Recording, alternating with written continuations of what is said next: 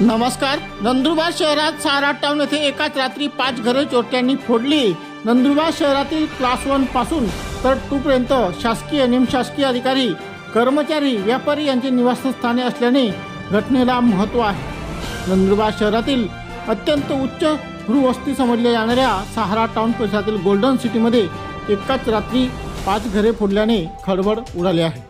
नंदुरबार शहरातील सारा टाउन परिसरात golden city ही वस्ती उच्चभ्रू समजण्यात येत असते। या ठिकाणी पोलीस, महसूल, न्यायालय, आरोग्यासह इतर अनेक महत्त्वाच्या खात्यामधील बडे अधिकारी, कर्मचाऱ्यांसह व्यावसायिक व्यापाऱ्यांचे वास्तव्य आहे। गोल्डन सिटीमध्ये राहणारे प्रकाश चौधरी पुणे येथे मुलांकडे परिवारासह गेले होते।